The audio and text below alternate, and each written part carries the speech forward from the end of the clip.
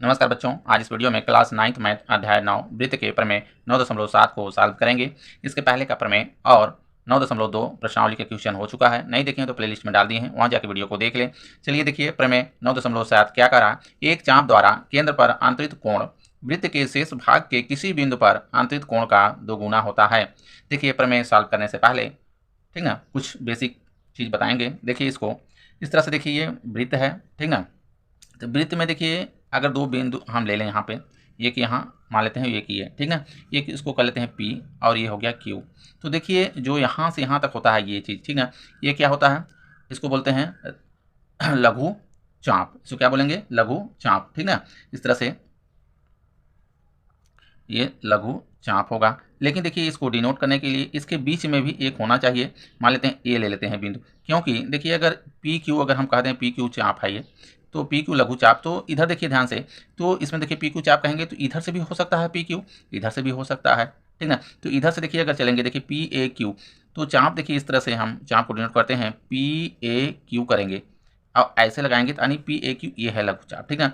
अगर P Q करेंगे तो ये देखिए पी क्यू, तो ये हो जाएगी इस तरह से, ये जीवा क्या होगी, जीवा हो जाएगी ठीक है। समझ में आ रहा।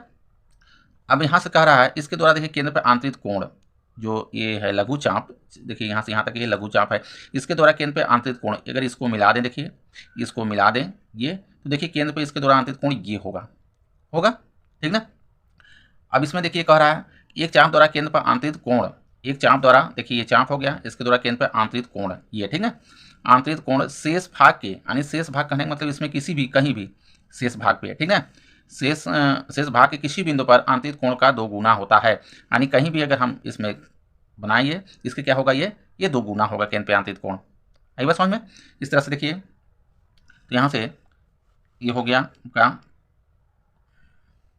केंद्र पर आंतरिक कोण, मान लें केंद्र ये ओ हो जाए ठीक ना, इसको बोलेंगे P angle P O Q. ये क्या है, केंद्र पे आंतरिक कोण हो गया। तो लघु चाप द्वारा, लघु चाप द्वारा केंद्र पर आंतरिक कोण होगा, केंद्र पर आंतरिक कोण, आंतरिक कोण ठीक ना। अब दीर्घ देखिए, अगर इधर का क्या है, ये दीर्घ होगा। ये अगर दीर्घ के लिए देखिए मान लेते हैं यहाँ पे अगर बी कर दें ठीक ना, तो इस तरह से हो जाएगा पी बी क्यू, ये दीर्घ चाप होगा। कैसा है ये, दीर्घ चाप यानी बड़ा वाला ठीक ना। इधर का ये दीर्घ चाप हो जाएगा। इसमें देखिए जो कह रहा है ये P और Q दो बिंदु, ये P हो गया, यहाँ पे Q हो गया, ये P और ये Q ठीक ना। यहाँ से देखिए कह रहा है इसके शेष भाग पे कहीं भी मान लेते हैं, यहाँ पे ले लेते हैं, तो इसके द्वारा ये इसको मिला देते हैं, इधर का हम इसको मिला देते हैं ठीक ना। और ये हो गया मेरा यहाँ, और ये हो गया ठीक है। ये देखिए जो एंगल है इस एंगल के दुगुना होगा, ये हमको सिद्ध करना है, यही देखिए इसमें है ठीक ना। इसके लिए चलिए सॉल्व करते हैं। देखिए इसमें ऐसा नहीं बोला है कि किस तरह का चाप है, एक चाप द्वारा कह रहा है। तो देखिए चाप, तो देखिए लघु चाप, एक दीर्घ चाप ठीक ना, एक अर्धवृत्त ठीक ना, ये तीन तरह के इसमें देखिए स्थिति बन रही है। तो यहाँ पर अगर हम देखिए ये अगर पी क्यू ले लें, ये पी हो गया, इधर ये क्यू हो, एक बिंदु ये है और एक बिंदु ये है ठीक ना, ये चाप, ये केंद्र बिंदु है यहाँ पे ओ, इस तरह से ठीक ना। तो यहाँ से देखिए इसको ये मिला दें, इसको ये मिला दें ठीक ना। यहाँ पे ये देखिए ये लघु चाप हो जाएगा, तीन स्थिति हो रही है। तो लघु चाप देखिए पहला, इसको बोलेंगे लघु चाप ठीक ना।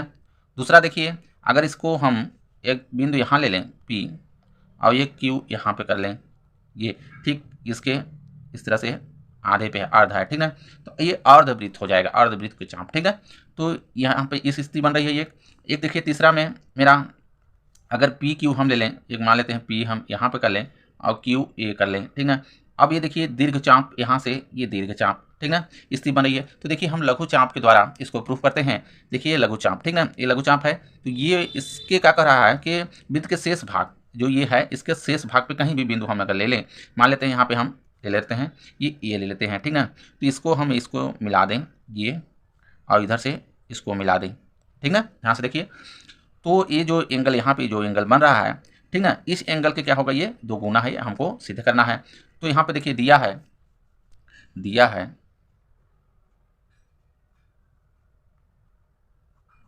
दिया है एक वृत्त जिसका केंद्र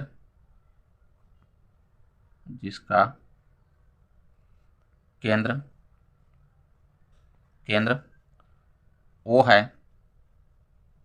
ठीक ना, तथा चाप PQ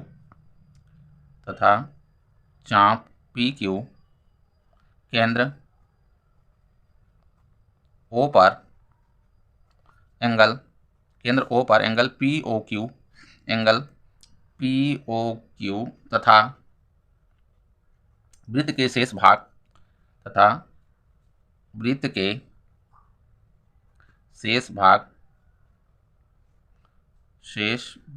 पर स्थित किसी बिंदु A, यहाँ पे स्थित किसी बिंदु A,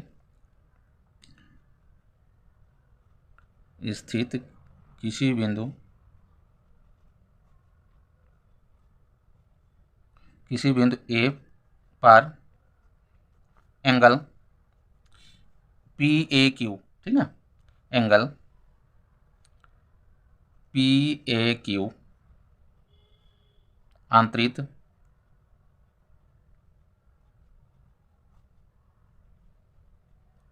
करती है। ये दिया हुआ है, ठीक ना। देखिए सिद्ध क्या करना है, हमको सिद्ध करना है, ध्यान से देखिए, इसमें देखिए सिद्ध करना है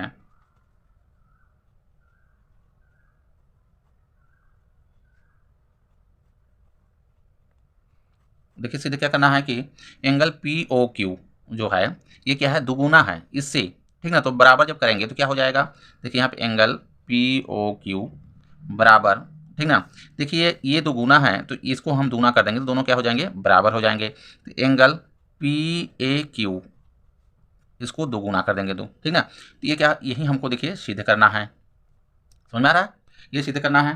देखिए इसमें रचना भी हुआ है, रचना क्या है, अभी रचना करना है। देखिए रचना हम क्या करेंगे, ए को, ठीक ना, AO को यानी यहाँ से देखिए लेते हुए इस तरह से इसको B तक बढ़ा देंगे। यहाँ ये मान लेते हैं, यहाँ पे क्या है, ये B है, इसको बढ़ा दिए, ठीक ना, रचना में। तो AO को बिंदु B तक बढ़ाया, ये रचना कर लेंगे इस तरह से, ठीक ना। अब चलेंगे देखिए उपपत्ति में, देखिए यहाँ पे ध्यान से देखिए ये जो है, ठीक ना, ये जो त्रिभुज है OAQ जो त्रिभुज है, यहाँ पे देखिए ये इसका क्या है, ये बहिष्कोण है, त्रिभुज का है। तो बहिष्कोण ये दोनों कोणों के योग के क्या होता है, बराबर होता है। यानी POQ जो एंगल होगा, ये वाला एंगल इधर का एंगल और इधर के एंगल के क्या होगा, योग के बराबर होगा। ध्यान दीजिएगा, एंगल देखिए BOQ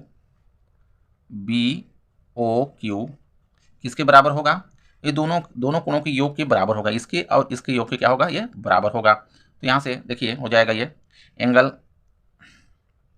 OAQ ये वाला एंगल, ठीक ना, एंगल OAQ धन एंगल ये वाला एंगल, ठीक, OQA इसके बराबर होगा। कैसे हुआ, रीजन दिखा देते हैं यहाँ पे। रीजन में देखिए त्रिभुज का बहिष्कोण जो होता है, त्रिभुज का बहिष्कोण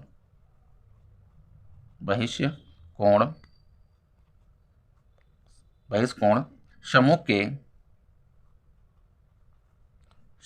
के दोनों कोणों के योग के बराबर होता है, सम्मुख के दोनों कोणों के योग के बराबर होता है,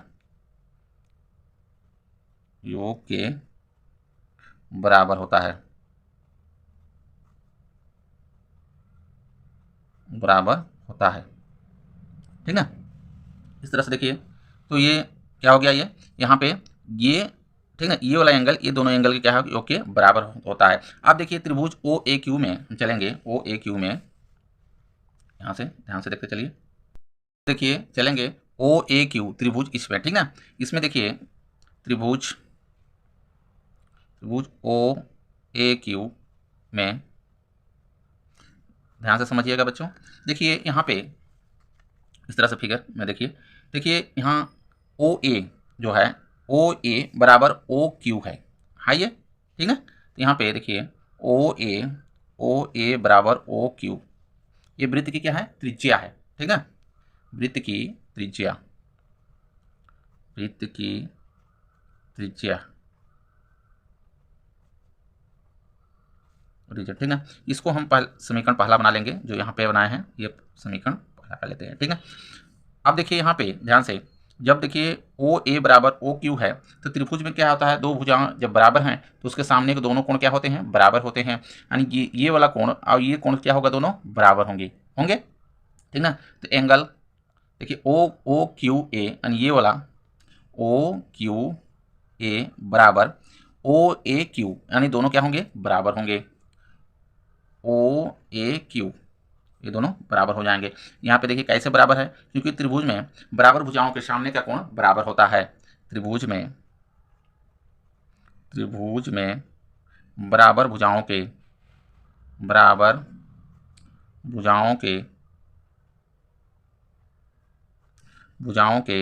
सामने का कोण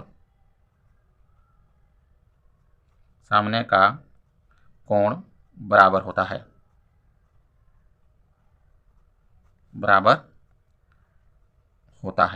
ठीक है। इस तरह से ये बराबर हैं। अब देखिए यहाँ से समझिए, तो ये जो ये मान है, ठीक ना, ये हम समीकरण 1 में रख देते हैं। किसका मान रखना है, क्योंकि देखिए हमको प्रूफ क्या करना है, जो ये वाला एंगल है टोटल पी ओ क्यू, ये वाला एंगल इस एंगल, तो ये वाला इधर हम ए वाला करेंगे, ए को, ठीक है। तो देखिए चेंज कर देंगे, ओ क्यू ए को हम मान रख देते हैं समीकरण 1 में, ठीक ना। तो ओ क्यू ए का मान, एंगल ओ क्यू ए का मान समीकरण 1 में रखने पर देखिए समीकरण 1 यहाँ पे एंगल बी ओ क्यू, ठीक है, एंगल बी ओ क्यू बराबर है एंगल ओ ए क्यू धन, अब देखिए हम एंगल ओ क्यू ए का मान हम रख रहे हैं, ओ क्यू ए देखिए यहाँ पे है, ठीक है। ओ क्यू ए के स्थान पे क्या रख लेंगे, ओ क्यू ए के स्थान पे देखिए ओ ए क्यू हो जाएगा, तो यहाँ पे ओ ए क्यू हो जाएगा ये। अब देखिए आएगा इसमें, इधर किसी तरह से रहने देंगे, एंगल बी ओ क्यू बराबर, ये देखिए दोनों एंगल क्या हैं, सेम हैं, ठीक ना। तो ये जुड़ के दो हो जाएंगे, तो दो एंगल ओ ए क्यू ये हो जाएगा, ठीक ना। इसको समीकरण 2 बना लेते हैं, ठीक। अब देखिए इसी प्रकार इसमें चलेंगे, इस त्रिभुज में इधर का देखिए ध्यान से, देखिए इस त्रिभुज में ये क्या है, इन त्रिभुजों का ये बहिष्कोण है, जैसे इसको किए हैं उसी तरह से, ठीक है। ये क्या है, मेरा बहिष्कोण है इसका, तो दोनों कोणों के योग क्या होगा, ये बराबर होगा कि नहीं होगा। तो इसी प्रकार सॉल्व नहीं करेंगे, लिख देंगे इसी प्रकार देखिए एंगल हो जाएगा बी ओ क्यू है, देखिए यहाँ पे ये वाला जो बना है मेरा, तो यहाँ पे हो जाएगा B O P, angle B O P बराबर हो जाएगा 2, एंगल देखिए ओ ए क्यू है, ओ ए क्यू ये वाला एंगल, ठीक ना, तो यहाँ पे हो जाएगा 2 ओ ए पी हो जाएगा, एंगल ओ ए पी ये हो जाएगा। इसको समीकरण 3 बना लेते हैं, ठीक है। अब देखिए समीकरण 2 और 3 को क्या कर देंगे, जोड़ देंगे, ठीक ना, क्या कर देंगे, जोड़ देंगे। समीकरण 2 और 3 को जोड़ने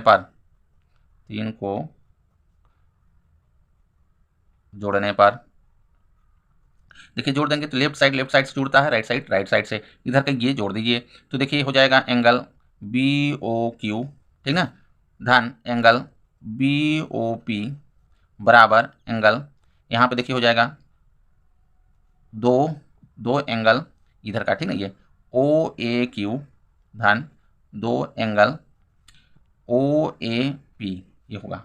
अब देखिए यहाँ से थोड़ा सा ध्यान से देखिए, बी ओ क्यू, ठीक है, इसको देखिए बी ओ क्यू है और धन क्या है, एंगल बी ओ पी, यानी कहने का मतलब दोनों जुड़ेगा, तो देखिए ये एंगल हो जाएगा यहाँ से लेके यहाँ तक होगा, इसको कह देंगे पी ओ क्यू, क्या कहेंगे, पी ओ क्यू, एंगल ये हो जाएगा पी ओ क्यू बराबर, ठीक ना, हो गया। अब देखिए 2 एंगल ओ ए क्यू है, ठीक ना, 2 एंगल ओ ए क्यू है, इधर 2 एंगल ओ ए पी है, तो 2 इसमें भी कॉमन ले लेते हैं, जब कॉमन ले लेंगे तो देखिए हो जाएगा एंगल ओ ए क्यू धन एंगल ओ ए पी हो जाएगा ये। अब देखिए एंगल पी ओ क्यू बराबर, यहाँ पर ध्यान दीजिए एंगल ओ ए क्यू है, ओ ए क्यू फिगर में देखिए तब समझ में आएगा। ओ ए क्यू यानी ये वाला एंगल, ठीक ना, धन एंगल ओ ए पी यानी ये वाला एंगल इधर का, ठीक ना, इधर का। तो दोनों का एंगल अगर हम इसका योग कर देंगे तो हो जाएगा पी ए क्यू हो जाएगा, तो देखिए 2 हो जाएगा एंगल पी ए क्यू, देखिए आ जाएगा, ठीक ना। ये देखिए यही हमको सिद्ध करना था, क्योंकि देखिए ये वाला जो एंगल है, ठीक ना, इसके क्या है, ये 2 गुना है, हमको यही प्रूफ करना था। इस तरह से सॉल्व करेंगे, बहुत ही आसान प्रमेय है। इस तरह से करिएगा। वीडियो अच्छा लगा तो लाइक करें एंड चैनल को सब्सक्राइब कर लें। धन्यवाद।